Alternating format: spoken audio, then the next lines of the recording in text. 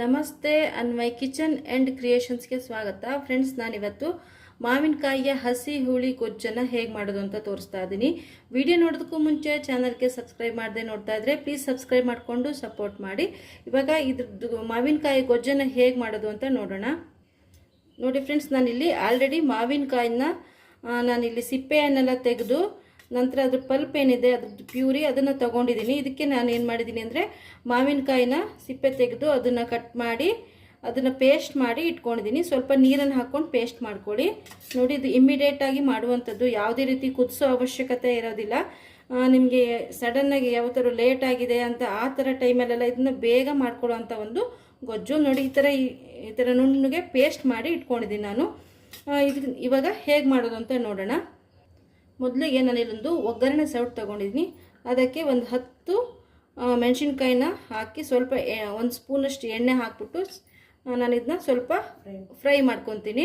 ನಿಮಗೆ ಇಲ್ಲಿ ಇದು ಹಸಿಮೆಣಸಿನ್ಕಾಯಿ ನಾನು ಬೆಳೆಸ್ತಾ ಇದ್ದೀನಿ. ನಿಮಗೆ ಗಾಂಧಾರಿ ಮೆಣಸು ಏನಾದರೂ ಸಿಕ್ತು ಅಂತಂದರೆ ಅದನ್ನು ಕೂಡ ಬಳಸ್ಕೋಬೋದು. ಅದಕ್ಕೆ ಸೂಜಿ ಮೆಣಸು ಅಂತ ಕೂಡ ಕರೀತಾರೆ. ಅದು ಹಾಕಿದರೆ ಇನ್ನೂ ಕೂಡ ಟೇಸ್ಟಾಗಿರುತ್ತೆ. ನಾನಿಲ್ಲಿ ನಾರ್ಮಲಾಗಿ ಈ ಥರ ಹಸಿಮೆಣಸಿನ್ಕಾಯಿನೇ ಬಳಸ್ಕೊಂಡಿದ್ದೀನಿ. ಇದು ಖಾರವಾಗಿ ಹುಳಿಯಾಗಿ ಚೆನ್ನಾಗಿರುತ್ತೆ. ಖಾರ ಸ್ವಲ್ಪ ಜಾಸ್ತಿ ಹಾಕ್ಕೊಂಡ್ರೆ ಟೇಸ್ಟ್ ಚೆನ್ನಾಗಿ ಬರುತ್ತೆ. ಅದಕ್ಕೋಸ್ಕರ ನಾನು ಇಲ್ಲಿ ಒಂದು 10 ಮೆಣಸಿನ್ಕಾಯಿನ ತೊಗೊಂಡಿದ್ದೀನಿ. ಮಾವಿನಕಾಯಿ ಕೂಡ ಸ್ವಲ್ಪ ಹುಳಿಯಾಗಿದ್ದರೆ ನಮಗೆ ಈ ಗೊಜ್ಜು ತುಂಬ ಚೆನ್ನಾಗಾಗುತ್ತೆ.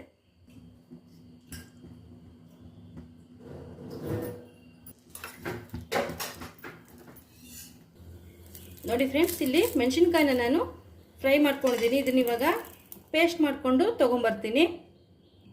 ನೋಡಿ, ಹಸಿಮೆಣಸಿನ್ಕಾಯಿ ಪೇಸ್ಟ್ ಆಗಿದೆ. ನೋಡಿ, ಇವಾಗ ಒಂದು ಒಗ್ಗರಣೆ ಮಾಡ್ಕೊಳ್ಳೋಣ. ಒಗ್ಗರಣೆ ಮಾಡಲಿಕ್ಕೆ ನಾನಿಲ್ಲಿ ಕೊಬ್ಬರಿ ಎಣ್ಣೆಯನ್ನು ಬಳಸ್ತಾ ಇದ್ದೀನಿ.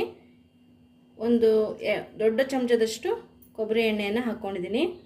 ನೋಡಿ, ಎಣ್ಣೆ ಬಿಸಿ ಆಗ್ತಾ ಇದೆ. ಈಗ ಒಂದು ಅರ್ಧ ಚಮಚ ಸಾಸಿವೆ ಹಾಕ್ತಾ ಇದ್ದೀನಿ. ನೋಡಿ, ಸಾಸಿವೆ ಚಟಪಟ ಅಂತಿದೆ. ಇವಾಗ ಪೇಸ್ಟ್ ಮಾಡಿದ್ವಲ್ವ ಹಸಿಮೆಣಸು, ಅದನ್ನು ಹಾಕ್ತಾ ಇದ್ದೀನಿ. ಅದಾದ ನಂತರ ಇದಕ್ಕೆ ಒಂದು 1/4 ಚಮಚದಷ್ಟು ಇಂಗನ್ನು ಹಾಕ್ತಾ ಇದ್ದೀನಿ.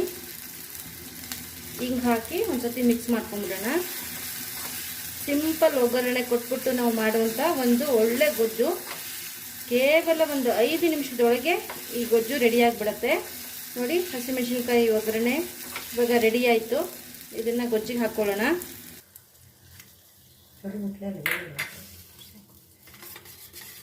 ನೋಡಿ, ಮಿಕ್ಸ್ ಮಾಡ್ಕೊಳ್ಳಿ. ಇದಕ್ಕೆ ಇವಾಗ ರುಚಿಗೆ ಎಷ್ಟು ಬೇಕಷ್ಟು ಉಪ್ಪನ್ನು ಕೂಡ ಸೇರಿಸ್ಕೊಳ್ಳೋಣ.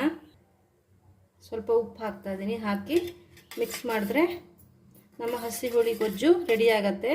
ನೀವು ಇದಕ್ಕೆ ಎಕ್ಸ್ಟ್ರಾ ಟೇಸ್ಟ್ ಬೇಕು ಅಂದರೆ ಸ್ವಲ್ಪ ಜೀರಿಗೆ ಪುಡಿ ಬೇಕಾದರೆ ಸೇರಿಸ್ಕೊಳ್ಬೋದು. ಜೀರಿಗೆ ಪುಡಿ ಹಾಕೋದಾದರೆ ಅದನ್ನು ಕೂಡ ಒಗ್ಗರಣೆಗೆ ಒಂದು 1/4 ಟೀ ಸ್ಪೂನ್ ಹಾಕ್ಕೊಳ್ಳಿ. ನಾನು ಏನೂ ಹಾಕಿಲ್ಲ, ಸಿಂಪಲ್ಲಾಗಿ ಈ ರೀತಿಯಾಗಿ ಮಾಡ್ಕೊಂಡಿದ್ದೀನಿ. ತುಂಬ ಟೇಸ್ಟಾಗಿರುತ್ತೆ. ಹುಳಿಯಾಗಿ ಖಾರವಾಗಿ. ಖಂಡಿತ ಈ ರೆಸಿಪಿಯನ್ನು ಟ್ರೈ ಮಾಡಿ ನೋಡಿ. ಬಿಸಿ ಅನ್ನದೊಟ್ಟಿಗೆ ಕೊಬ್ಬರಿ ಎಣ್ಣೆ ಹಾಕ್ಕೊಂಡು ಇದನ್ನ ಒಂದು ಚಮಚ ಹಾಕ್ಕೊಂಡು ಕಲಿಸ್ಕೊಂಡು ತಿಂದರೆ ಸಕ್ಕತ್ತಾಗಿರುತ್ತೆ. ರೆಸಿಪಿ ಟ್ರೈ ಮಾಡಿ ಹೇಗೆ ಬಂತು ಅಂತ ತಿಳಿಸೋದನ್ನ ಮರಿಬೇಡಿ. ನೀವು ಯೂಟ್ಯೂಬ್ ಚಾನಲಲ್ಲಿ ಈ ವಿಡಿಯೋ ನೋಡ್ತಾ ಇದ್ದರೆ ಸಬ್ಸ್ಕ್ರೈಬ್ ಮಾಡೋದು ಮರಿಬೇಡಿ. ಹಾಗೆ ಫೇಸ್ಬುಕ್ಕಲ್ಲಿ ನೀವು ಈ ವಿಡಿಯೋನ ನೋಡ್ತಾ ಇದ್ದರೆ ಪೇಜ್ಗೆ ಫಾಲೋ ಮಾಡಿಕೊಂಡು ಸಪೋರ್ಟ್ ಮಾಡಿ. Thank you for watching. ಮತ್ತೊಂದು ವಿಡಿಯೋದೊಂದಿಗೆ ಸಿಗೋಣ.